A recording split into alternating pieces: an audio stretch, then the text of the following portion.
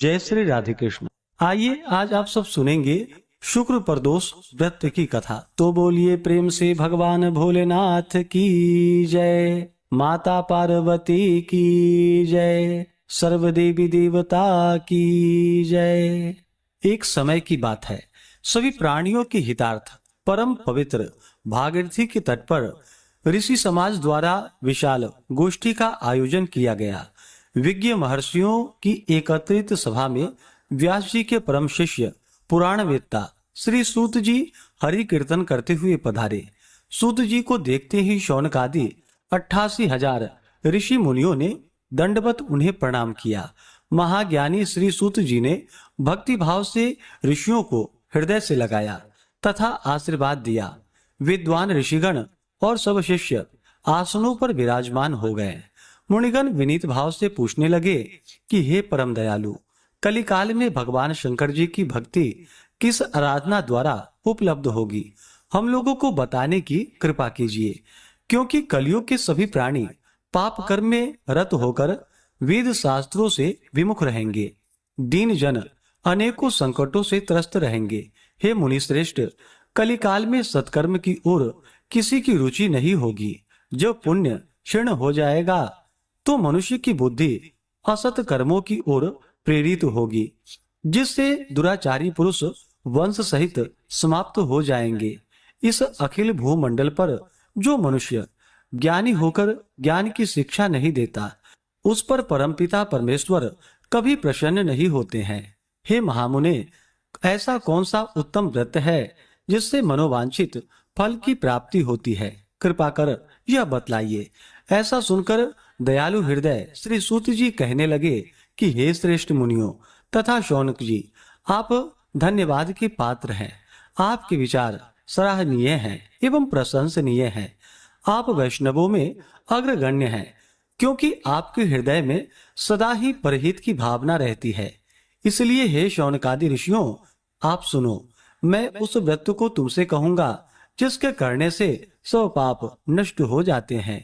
धन वृद्धि कारक, दुख विनाशक, सुख प्राप्त कराने वाला, संतान देने वाला, मनोवांछित फल प्राप्ति कराने वाला यह व्रत तुमको सुनाता हूँ, जो किसी समय भगवान शंकर जी ने सती जी को सुनाया था। और उनसे प्राप्त यह परम श्रेष्ठ उपदेश मेरे पूज्य गुरु जी ने मुझे सुनाया था, जिसे मैं आपको समय पाकर शुभ वेला में सुनाता हूँ। अब मैं आपको शुक्रवार त्रयोदशी प्रदोष व्रत की कथा सुनाता हूँ। इस व्रत की पूजा विधि अन्य प्रदोष व्रत के ही समान है। इसमें श्वेत रंग की खीर जैसे पदार्थ का ही सेवन करने का विशेष महत्व होता है। श्री सूत जी बोले, प्राचीन काल की बात है, एक नगर में 3 मित्र रहते थे। तीनों में ही घनिष्ठ मित्रता थी। उनमें से एक राजकुमार, दूसरा ब्राह्मण पुत्र, तीसरा सेठ पुत्र था। राजकुमार व ब्राह्मण पुत्र का विवाह हो चुका था। सेठ पुत्र का विवाह के बाद गौना नहीं हुआ था।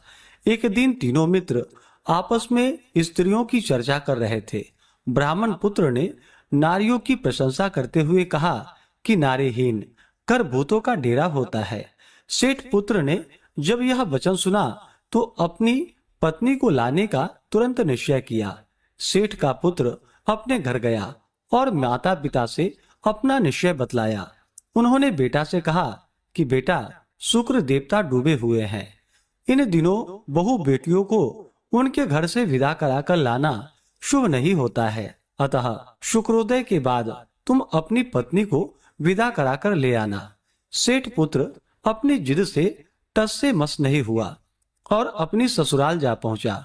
सास ससुर को उसके इरादे का पता चला। उन्होंने इसको समझाने की कोशिश की, किंतु वह नहीं माना और फिर उनके सास ससुर को विवश हो अपनी कन्या को विदा करना पड़ा।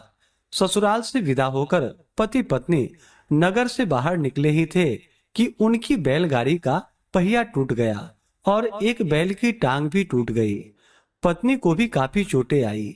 सेठ पुत्र ने आगे चलने का प्रयत्न जारी रखा, तभी डाकुओं से भेंट हो गई और वे धन धान्य लूट कर ले गए। सेठ पुत्र पत्नी सहित रोता पीटता अपने घर जा पहुंचा। जाते ही उसे सर्प ने डस लिया। उसके पिता ने वैद्यों को बुलवाया उन्होंने देखने के बाद घोषणा की कि सेठ पुत्र 3 दिन में मर जाएगा। उसी समय इस घटना का पता जब ब्राह्मण पुत्र को लगा तो उसने सेठ से कहा कि आप अपने लड़के को पत्नी सहित बहू के घर वापस भेज दो।